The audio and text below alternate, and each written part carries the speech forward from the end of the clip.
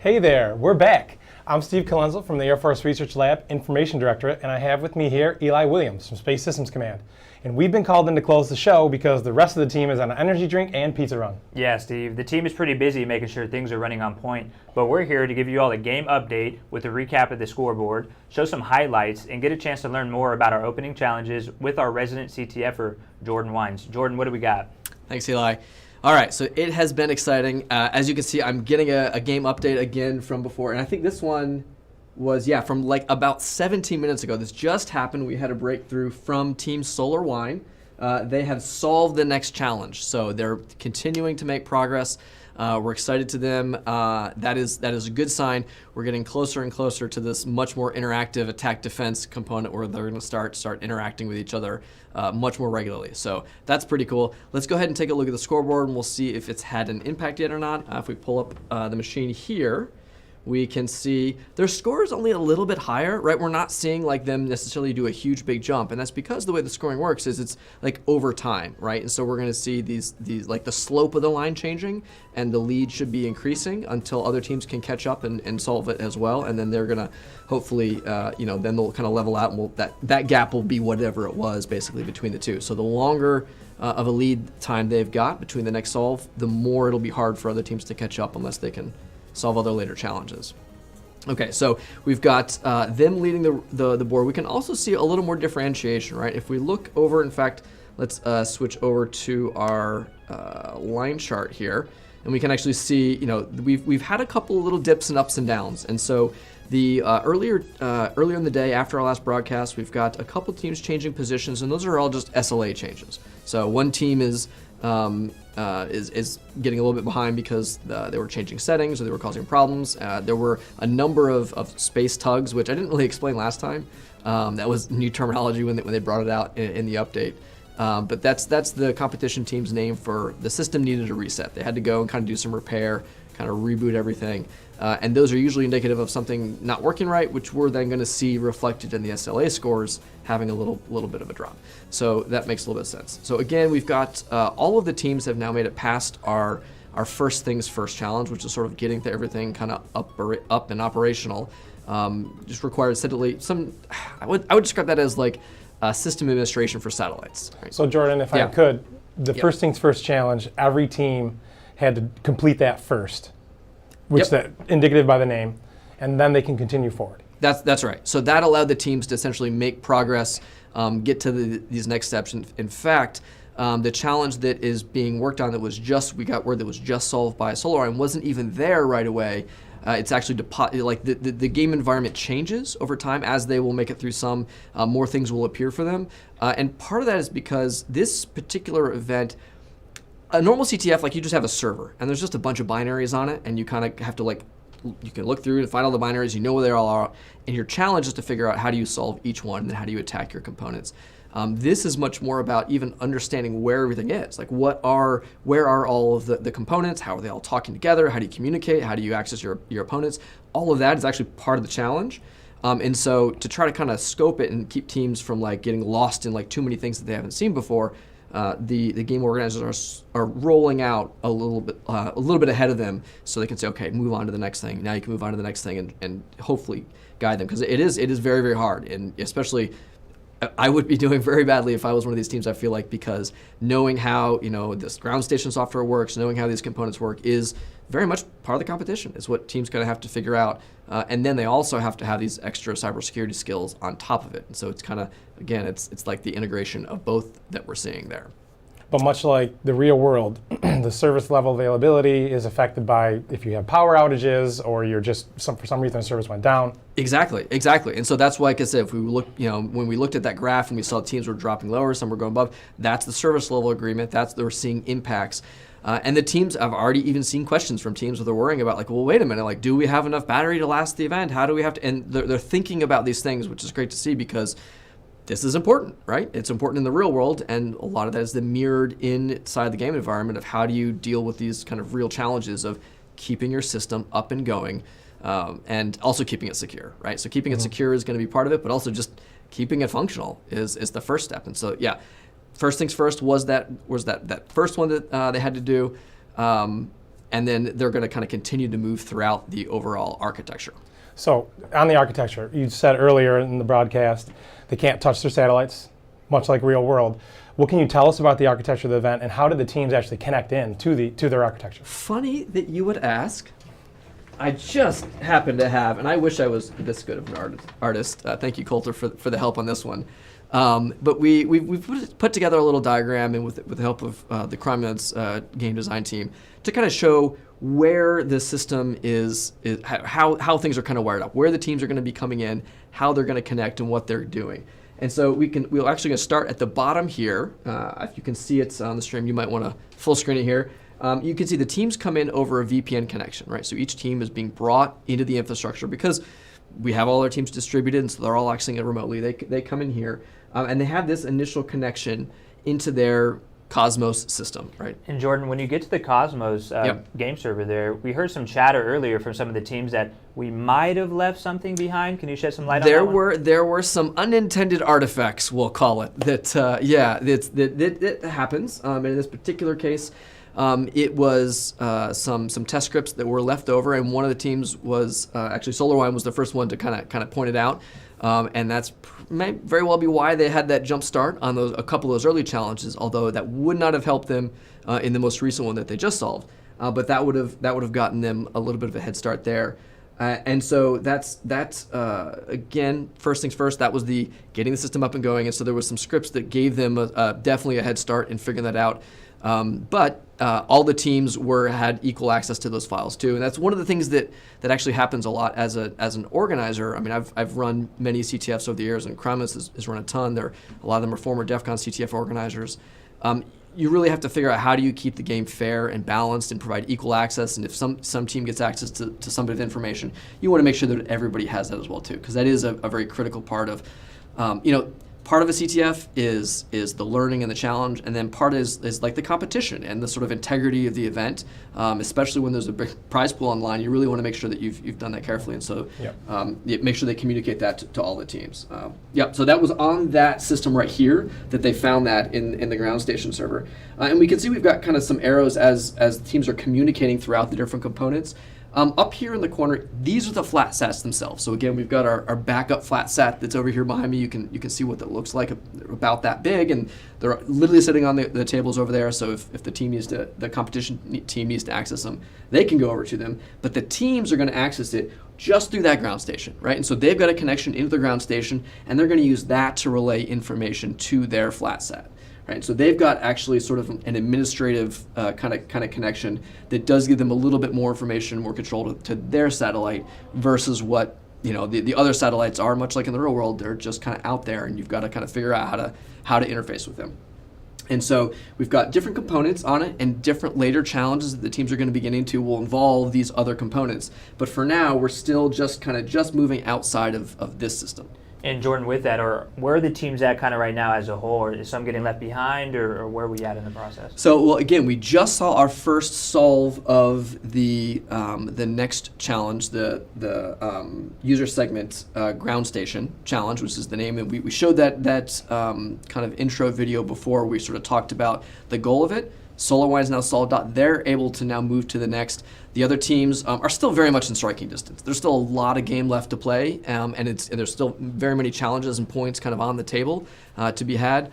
But they've got a good lead. They've been then the first one to several of these, and if they kind of maintain that same pace and are continuing to be the first ones to solve it, barring anything else crazy, they will continue to do that, right? And so, actually, let me go ahead and talk a little bit about that particular challenge.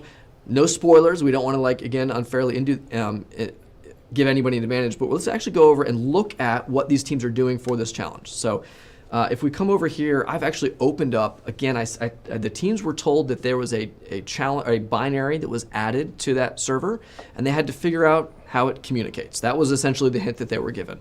And so if I'm a reverse engineer and my job is to analyze a binary, I'm going to open it up in a reverse engineering tool like Binary Ninja or Ghidra or IDA, and that program is going to take apart the software and figure out how it works.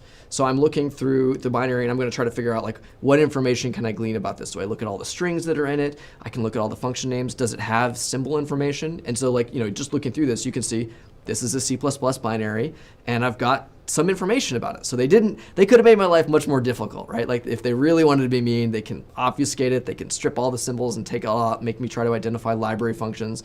And so you kind of like, you look at this and you say, okay, good. I've got a bunch of standard library information, but I've got symbols for them.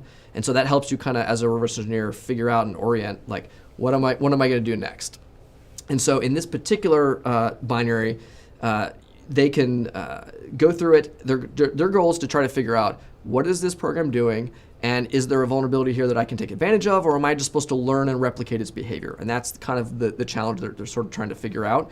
SolarWine has successfully solved this. They know what the key flaw is. And when we come back, maybe we can talk a little bit more about it tomorrow, and we can show kind of how they were able to do that. But the other teams are going to be working through this.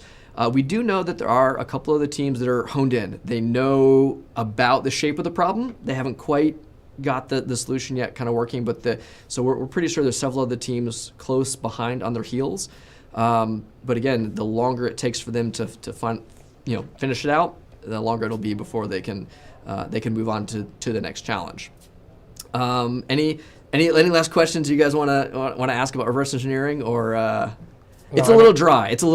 But it's good. It was a really good explainer. We appreciate it. But we did have something on Twitter. We did indeed. So let's go ahead and take a look at that. I think I bring up our Twitter page. And again, if you use our hashtag, we can bring up your questions on stream. And we waited to say this to the end of this, and because intentionally we were hoping that we would see a solution on that, because the question is, what's the hardest challenge teams have solved so far? Again, it's definitely the one that they just solved, right? So the fact that SolarWine just solved that challenge, the user segment ground station challenge is the hardest one that they've gotten. Those first two are not gimmies by any stretch. They're definitely very technical challenges, and they're kind of far out field from what the typical CTF challenge would be. But we're starting into the meat of the challenges. And so I'd say for the next few challenges, the next challenge is always going to be the hardest. And then once we move into the back half, it'll probably depend more on the different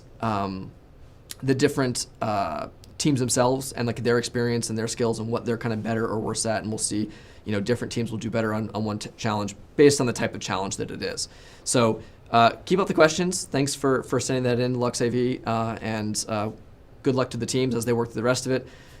We've only made it through just 8 hours or so of competition. There's still a lot left, so teams will be playing all night. I'm hoping to get a little bit of sleep, but definitely going to be keeping a close eye at, and we'll be back tomorrow morning.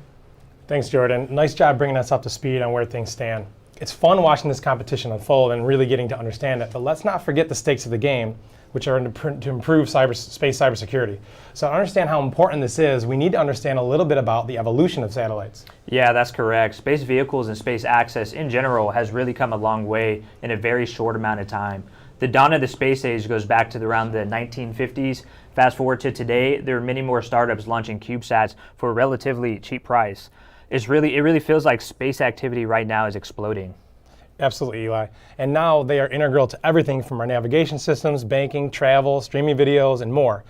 We have two of our HAS2 advisors, Frank Pound from AstroSec and Aaron Myrick from the Aerospace Corporation, to help us understand this evolution. So let's take a look.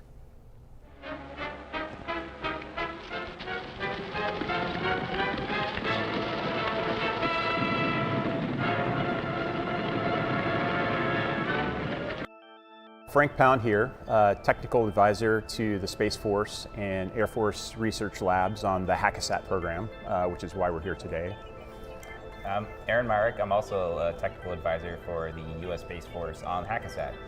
And we're going to talk about the evolution of satellites since they first started launching them. Let's go back. So when was the first satellite launched? 1957, I think. 57? Sputnik? Yeah. And that sort of started this whole space race that we're all like living in today. 1958, the United States launched Explorer in response to that.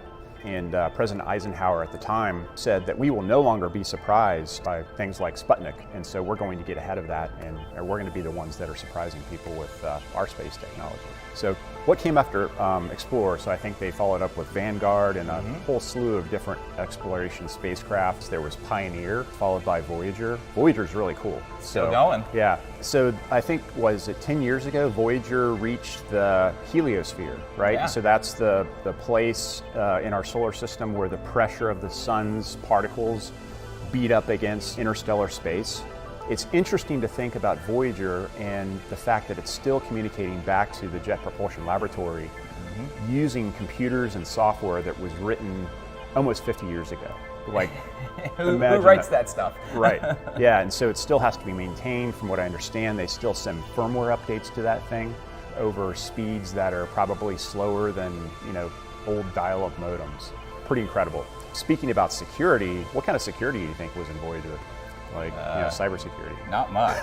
Like zero cybersecurity. Yeah, so Voyager was interesting, and then there's like a new generation of space exploration craft that are out there today. So New Horizons, we just did a Pluto flyby, and then we have the James Webb Space Telescope, which is going to be the upgrade to Hubble. So the Hubble Space Telescope, which was launched by the Space Shuttle in the 90s, actually right when it got up to space, they realized that it had some flaws.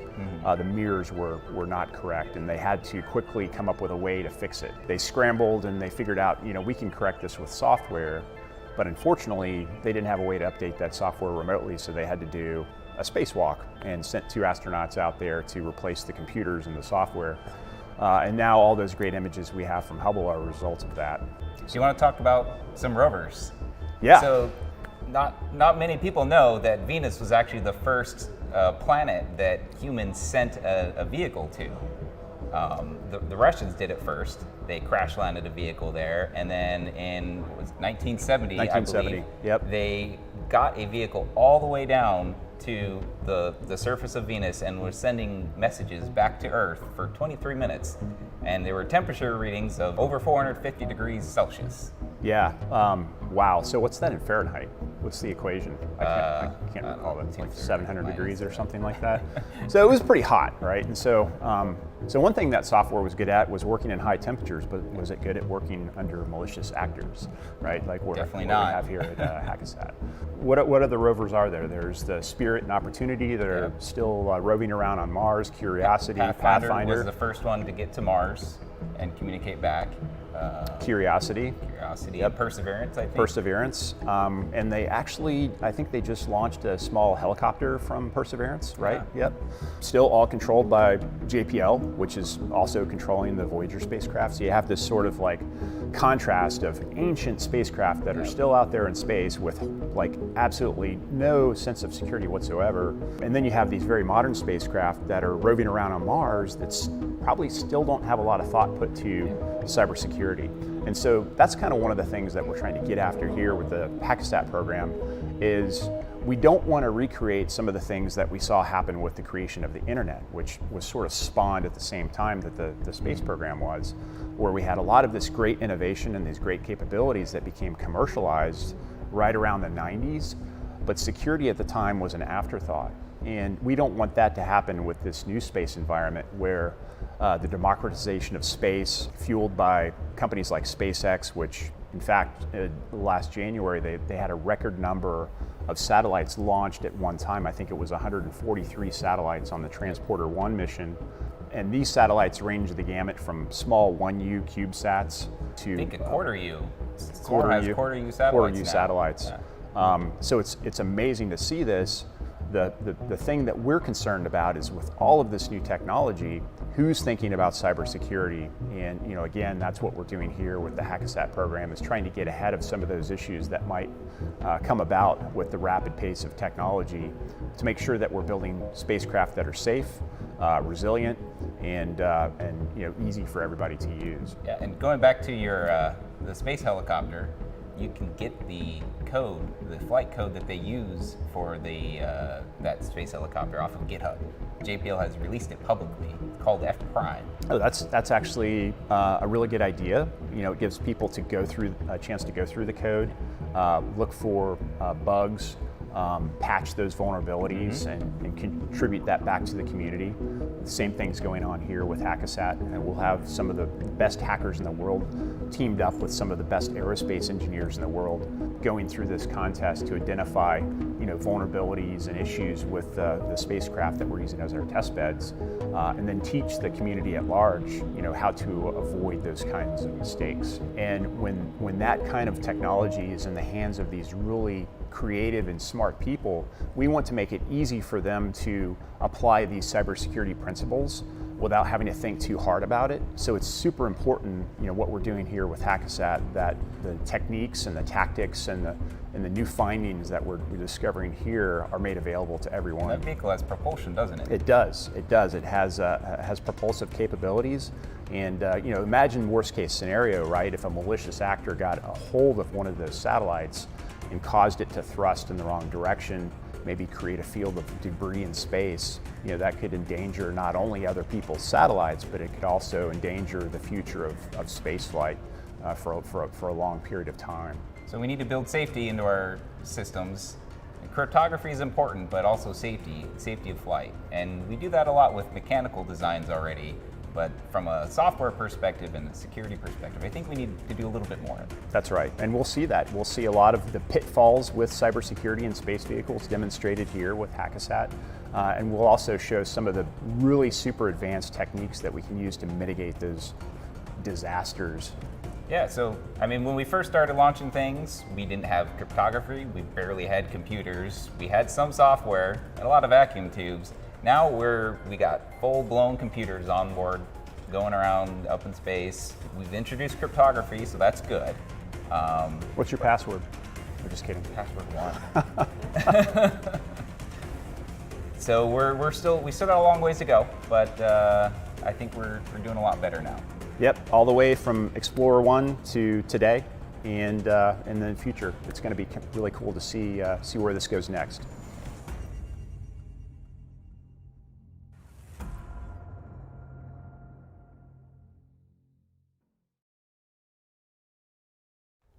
Isn't it amazing that we started space exploration nationally as sort of a competitive thing, and now space is a part of our daily life? Yeah, for sure. It's pretty crazy to think that there are close to 5,000 active satellites currently orbiting Earth as we speak, and at this rate of growth in the industry, we could see up to tens of thousands in just a few years. All right, well now to get to a really amazing perspective on all of this, we have Ms. Pam Melroy, the Deputy Administrator of NASA.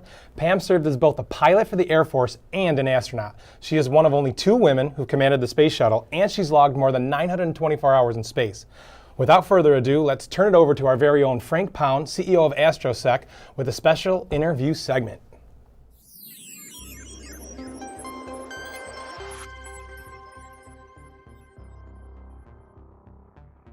Colonel Melroy, Pam, Deputy Director of NASA.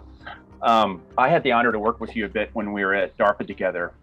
You were literally the first office director I met outside of I2O, which was the cyber office in DARPA where I worked. I was very interested in space, and I wanted to talk to somebody who knew space because I thought it would be good to think about cybersecurity in space systems. And it turns out, that it is very important. So it's great to talk to you again about cybersecurity. And I wanted to kind of kick this off and get your background and start all the way back. When you were a kid, when did you get the bug for space? And tell us about your exciting path to become Deputy Administrator of NASA. Well, it's great to see you, Frank. I vividly remember that conversation and many others subsequent, and it was wonderful working with you at DARPA. And I was excited that you were interested in space and cyber because I think it's incredibly important. I was bit by the space bug during the Apollo program. It was watching the Apollo astronauts step foot on the moon that inspired me. I know it wasn't just me, it's a whole generation of astronauts, engineers, and scientists were inspired by Apollo. So even though women were not a part of the astronaut program during Apollo, I just took a look at it and said, hey, what does it take to be an astronaut?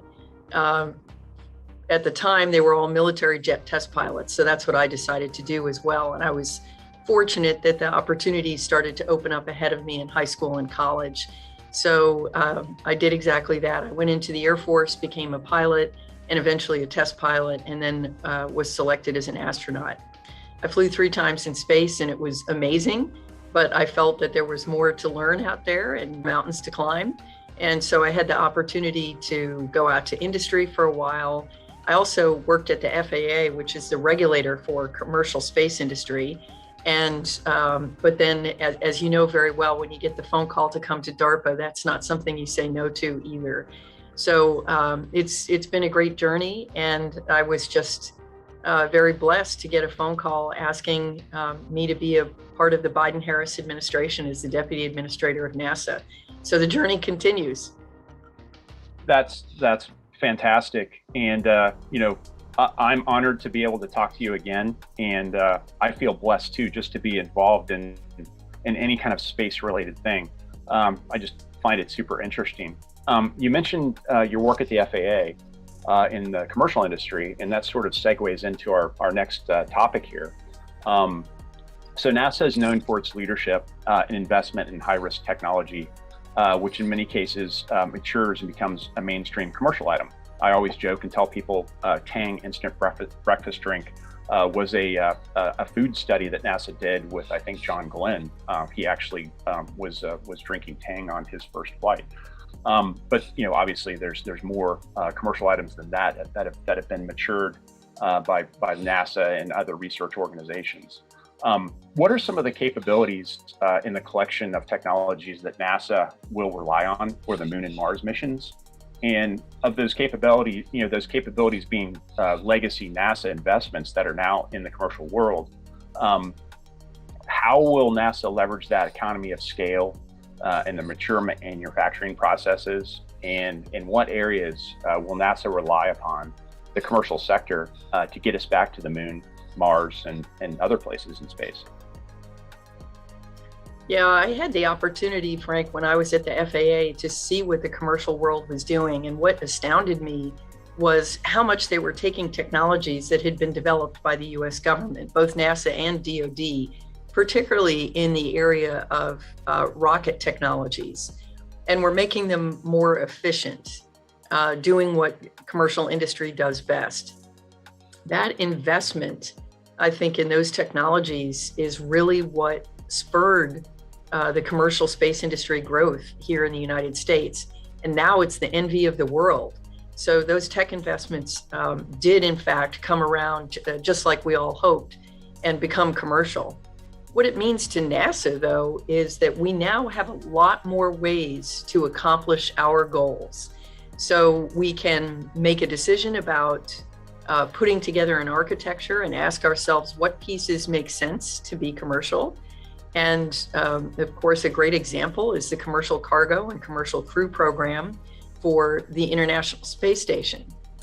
We estimated that rather than developing our own new vehicle, it saved us billions of dollars to partner instead with industry. And now that savings can be applied to the next step. And I like to say that NASA is the engine for commercial space, but you got to feed the engine, and the fuel is that exploration, that pushing the boundaries and pushing the limits. And that's exactly what we're doing now with the Artemis program and Moon to Mars. It's so exciting to think, that we're really serious about, getting back to the Moon, getting back to Mars, the activity in cislunar, and leveraging all those great commercial technologies. Again, a lot of that stuff came from NASA, came from organizations like DARPA, and we're seeing it today. And a great segue into our next topic, the new space environment. So the barrier to entry for access to space has been lowered significantly in the past decade, like you were just saying. Companies like SpaceX have helped reduce launch costs and increase the launch tempo, which shifts resources to lower costs for satellite development and other applications that go on those satellites. Last January, I think there was 143 satellites launched on the Transporter-1 mission at one time. That's crazy. So this democratization of space brings with it a fantastic future, but also makes people like me concerned about cybersecurity. So with the HAS2 program, we're trying to get ahead of those potential issues in space and cyber by bringing together the best hackers and aerospace engineers in the world to identify these pitfalls and tell us how to avoid them and how to mitigate them, how to make better products. NASA is clearly supportive and has done some interesting work to help build in security from day one. What can we learn more about what NASA is doing in the cybersecurity space, and how can we share it with the rest of the community? Yeah, that's a great question. I think a lot of our cybersecurity has been built in from the beginning, mostly not because of hackers, but the idea that you would have people on the ground who would be sending commands to spacecraft with humans on board who might actually be sleeping or doing something else. And so just the simple steps of making sure that that you're checking to make sure that the correct commands are being sent, that there's nothing being sent in error. Of course, the concerns of cyber have added a layer of security that has had to be built in, because if there was ever an intrusion, for example, of the network where mission control is located, that would be just as bad. And so we've had to build fence lines further and further out. I think, when I was at DARPA, I wanted someone to just give me a checklist that we could incorporate into design principles. We are so not there yet. I mean, it would be good if we had it, but in fact, you just have to start with that idea. And people like you and the other program managers, when we were at DARPA together, working on secure kernels, working on other approaches to cybersecurity. I mean, the great thing is transition is fast when it's such an urgent need, right? There's a huge pull for it. I think we still have a ways to go to come up with any sort of magic silver bullet to just say, yep, we're done. We designed it in and we're all good to go. I think we all need to be continually working together and evolving. But I will say that I really think that the right plan is to get to a point where you are using the speed of cyber as a defensive mechanism, because increasingly the speed of hacking is getting to the point where it's at the speed of electrons. So our defense has to keep up with it. No, that's a really good point. And you said a couple things there that really resonated with me, is that number one, you realize that we're not there yet. I've heard in other places people think we're very close. Me, I don't think we're that close. And I think it's very wise of you to realize that and say we need to still continue working hard to secure our systems. And there is no magic bullet. And so it takes a team to help secure our systems together and keep working towards that goal to have really good secure systems. So now let's kind of shift gears into something a little bit not as scary. I want to talk a little bit about education and STEM and other opportunities at universities and high schools. So clearly space is a hot topic these days. Space has energized thousands and thousands of kids with all of the great stuff that they're seeing on YouTube. A lot of space launches are now broadcast live on YouTube and other social media forums. So you can actually see satellites being deployed in space. You can see spacewalks happening in real time on the NASA channel. Just amazing. One point I wanted to talk about just real quick is I was reading about this high school in Irvine, California. And they have built 3 CubeSats that demonstrate electric propulsion systems. So we've gone from, in the 50s and 60s, from model rocketry clubs to now we have CubeSat clubs in high schools. So again, HAS2 is sort of bridging the gap between the passion for space and the passion for cybersecurity in the academic community. Do you foresee a place for NASA to promote both space and cyber at an even younger age and establish this solid foundation for cybersecurity as we nurture these young minds in space?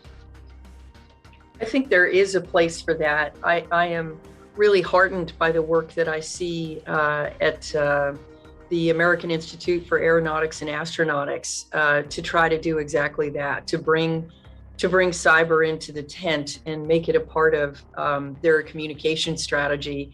And those professional organizations and societies have a huge influence on the students of today. I mean, they bring people together, they bring topics up in conferences, they send out mailing information.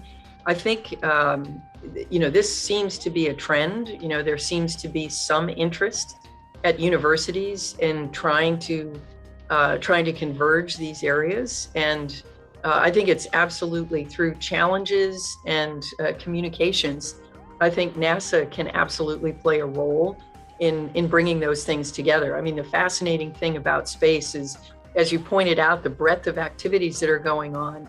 So it's not enough to say you're just interested in space anymore. It's like, well, what kind of space? What what's your discipline? It's a little bit like saying you like engineering. Well, no, you need to take the next step, and hopefully we'll get some. This next generation will bring us those cybersecurity professionals that we really need in the industry, and they'll make breakthroughs in research that will help us be safer. That's really great. So let's move on to our next topic, talking about cybersecurity risks in commercial applications. So commercial applications that NASA will rely on for the Moon and Mars missions and other space exploration activities have proven themselves for survivability in space over the past years, and they're being used today. So how is NASA helping the commercial industry apply that same rigor that went into the original design of those communications capabilities and other commercial applications, applying that same rigor to cybersecurity? Like you talked about, you have sort of this fence that keeps growing outward to make for a more robust system. Knowing that requirements alone do not make things secure. Another point that kind of goes along with that is that it's not just about malicious actors trying to break into systems. When you apply adversarial thinking to your own systems, you're actually improving the quality of software overall. And so that you minimize the number of mistakes that can happen for simple things that you thought had been solved a long time ago, like orbit calculations or timing or clocks that aren't synchronized properly. So it's not just about malicious actors. And with HAS2, we do bring that adversary into the picture to help stress test technologies from the cyber perspective. Although there's no requirement to bring friendly adversaries into the testing process at scale that we've seen. Is this something you think industry should start to implement, not only to prevent malicious hackers, but also to improve the quality of software overall? Well, it's interesting. In some ways, they already are. And I'll give you an example. It's probably easy to assume that the government is leaning forward and is, the biggest risk and the biggest threat from a cybersecurity, because people are wanting to hack us for the information that we have and the things that we do. But in fact, if you go out to, for example, the commercial telecommunications industry, they are beaming television and other capabilities around the world.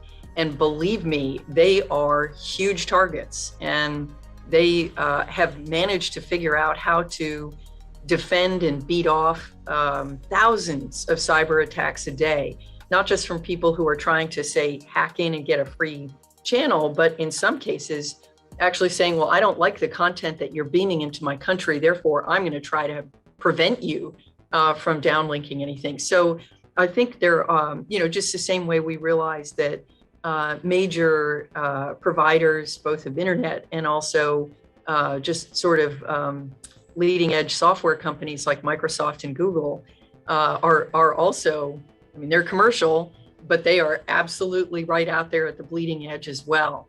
I think the harder is a more traditional industry, or perhaps some of the companies that, you've mentioned high school CubeSat clubs, right? But, you can just see a bright-eyed entrepreneur who's excited about space, not even thinking twice about cyber, right? So that's where we really have to worry about it. We've got to do better about defining, cyber hygiene practices. But I think the interesting thing is that this is going to become an issue for those companies. And I'll give you one example: denial of service. So SpaceX is putting out internet capability around the world through their Starlink mega constellation. Boy, if they're not thinking about denial of service as an internet provider, they're going to have to do that pretty fast. They're going to have to figure that out. You're right that you can't make requirements, but the truth is it is on the government when we're procuring services to be smart in our own right and make sure that we're putting the requirements in for the companies to at least think about it up front, and then checking and using all the tools at our disposal to try to help them figure out how to be safe going forward. What I think is going to be interesting is if they haven't woken up to it yet, they're going to have to wake up pretty fast. No, you're so very right.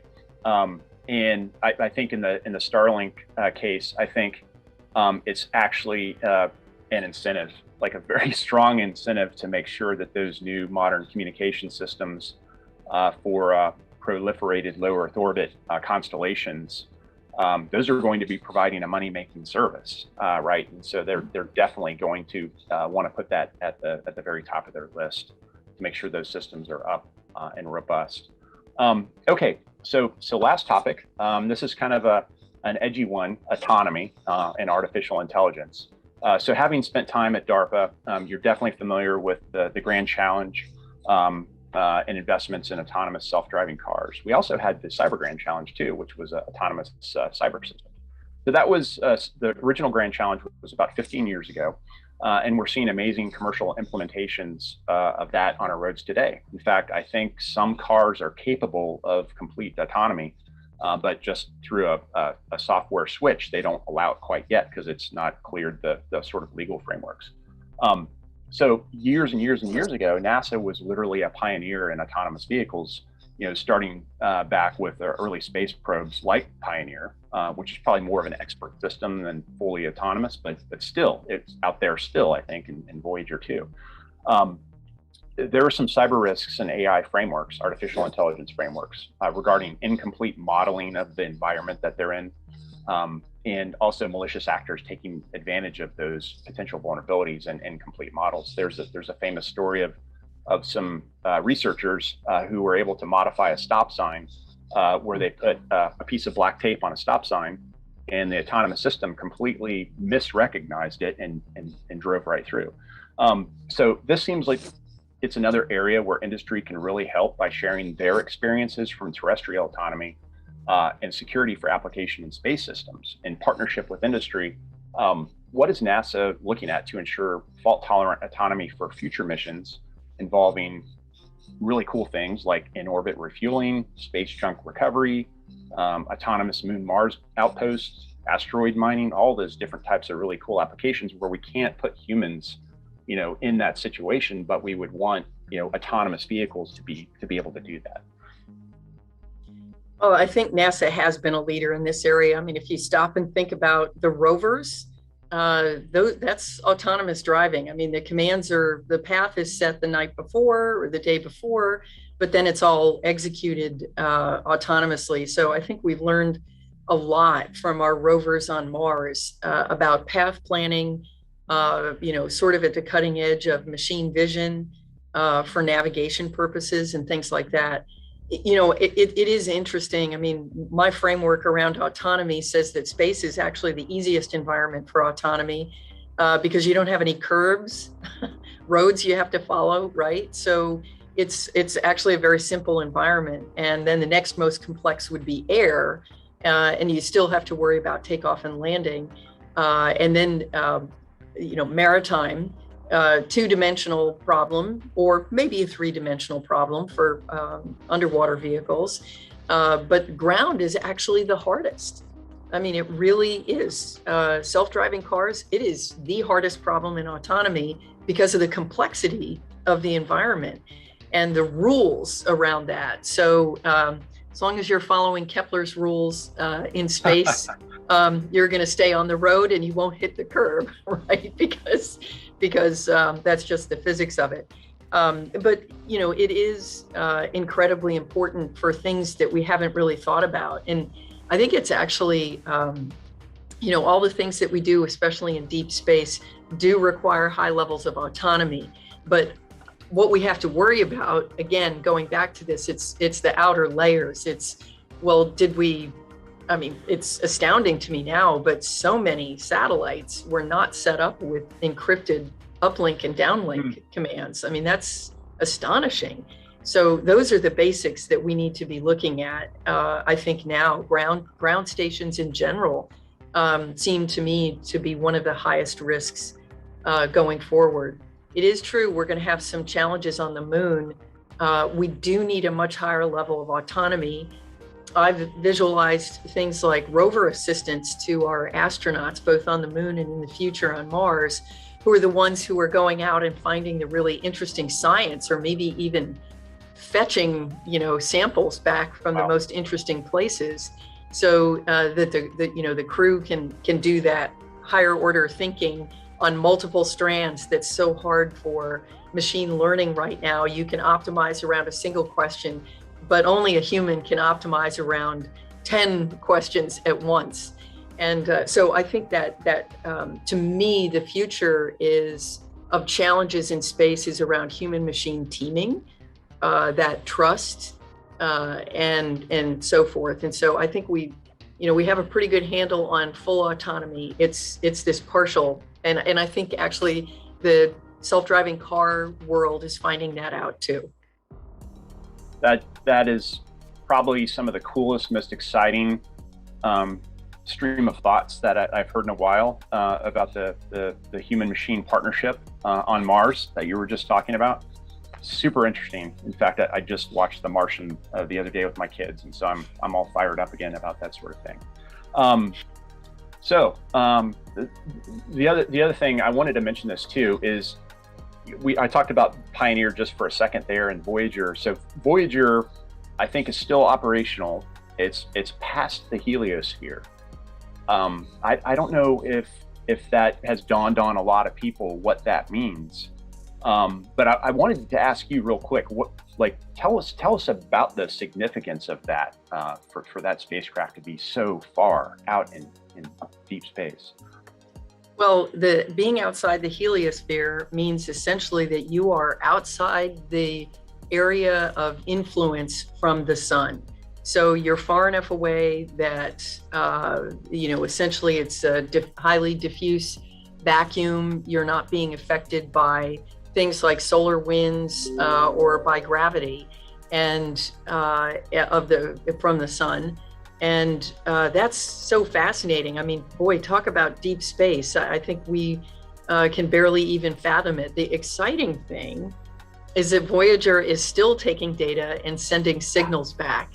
And actually, one of my favorite places at the Jet Propulsion Laboratory is an artistic rendition of what's happening real time with communications coming in from the Deep Space Network. So it's a series of pipes that have lights that are correlated to the number of bits that are coming from the spacecraft. And so you'll see something like Perseverance rover, and it's this blaze of light going up and down, and then it'll say Voyager is speaking, and there will be tiny little tiny pulses, because of course that's a really old system, and the capability is extremely low. It's in bits per second, as I understand it. But it's priceless data, right? It's out from beyond anywhere that we've ever been, and I think still has the potential to tell us about the formation of the universe by telling us what's in between those huge gaps between stars. But I just love it when I see those little lights lighting up, telling us that we're talking an incalculably far distance, talking to Voyager, and it's speaking back with little tiny bits, but it's still priceless information. Yeah, I just had to ask you for your thoughts on that, because I too am just, floored every time I think about the distances there. Okay, so we're going to close it up here. So what's next for NASA in space? So as we close, I think everyone is very interested to know what is at the top of the list in terms of priorities involving Moon, Mars. The James Webb is about to launch. I'm very excited to see what that provides us in terms of research. Other planetary missions and interstellar missions potentially, since we've got Voyager so far out there. So how can people learn more, and what can they do to get into space, into a space profession, knowing that there's all sorts of different domains now in space, and become part of this amazing culture to help drive us forward? Yeah, NASA is an amazing place, and I can't even begin to describe the breadth of activities that we do. I find that the intersections are the ones that really excite me, the places where there are seams. And an example of that is the seam between science and engineering, the engineering that's required to build something like the James Webb Telescope or the Perseverance rover, and the science that drives it. How do you know what the most important and exciting science that you're trying to achieve is? The seam between air and space is hypersonics, right? That's an area that's really fascinating to me. We are doing so much, but of course, a lot of the inspiration comes from deep space exploration, not just our scientific exploration, but our human exploration. And of course, we do the scientific exploration to tell us where the most exciting places in the future to send humans. An example of that is the Perseverance rover is at the Jezero crater on Mars, which was took a long time to figure out, but a lot of people believe it is the most likely place for life to have existed on Mars in the past. We know there was water on Mars, we know it was flowing, and those are the places that we're interested in. And so we need that robotic exploration. We're going to take some samples at the Jezero crater, bring it back in the early 30s, and that is absolutely going to guide what we do in the future. And hopefully in about 20 years, we'll be ready to send humans. But we have to practice first. It's a pretty complicated undertaking. We need a blueprint for how we're going to do science with humans on other planets. And that means, of course, the technologies to keep humans alive and transport them to and from. But we also need to really think about what is the paradigm for doing science on the surface of another planet. For Apollo, we had sort of a long stick with a scooper on the bottom of it and a bag. And the astronauts scooped rocks up. They were trained to look for the interesting ones, absolutely, put it in the bag and bring it home.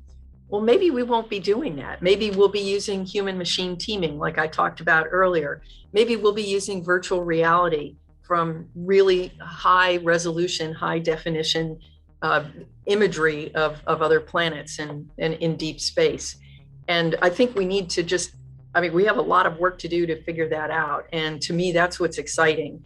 And that's what I'm focused on right now, is actually building out that architecture and that plan to get from the moon to Mars and continue our exploration of the solar system further, both robotically and human. Pam, it's been a complete honor to be able to talk to you again as Deputy Director of NASA, where you sit today. And I've enjoyed kind of keeping track of where you've gone. And it's going to be great, I think, for everybody to hear your thoughts that we just spoke about all these different topics. And we hope to see you again. And if we do HackaSat 3, which I'm sure we're going to do, and keep in touch. Thank you very much. Well, thank you, Frank. I'm keeping my eye on you too. And I thank you very much for bringing your cyber expertise to the aerospace community. Absolutely. Until next time. Next time.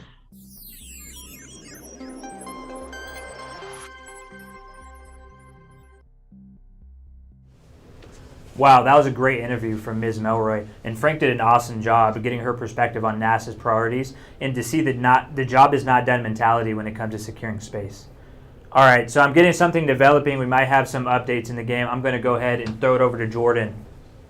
Thanks, Eli. Yeah, so this is a little bit of a surprise update. We didn't originally plan one here, but we literally in the last 5 minutes, we have seen, we're going to describe this as a scoring event from Team Dice Gang. So there's still some questions as to exactly what this means. When we come back at the next update, we can maybe fill you in on exactly how it happened. It sounds like there may be some interesting story behind it, but we do know that there is a confirmed scoring event that will be impacted on the scoreboard, so keep an eye on that. Dice Gang should be moving up a little bit, and we'll see how that impacts the rest of the game. Again, keep an eye on it. Looking forward to coming back tomorrow and seeing how things go. So back to you, Eli. Awesome. Thanks, Jordan. There's some interesting stuff happening. All right. Well, tomorrow we have another jam-packed day for you with a new panel discussion, more challenge explainers, and we're going to recap all the highlights from the activity overnight. Yeah, Eli, I'm really looking forward to it. We will be here tomorrow at 11 a.m. Pacific for the start of our show. Until then, be sure to visit hackasat.com and follow us on Twitter for live scoreboard viewing and updates. Until then, have a great night, and we'll see you tomorrow. Good night.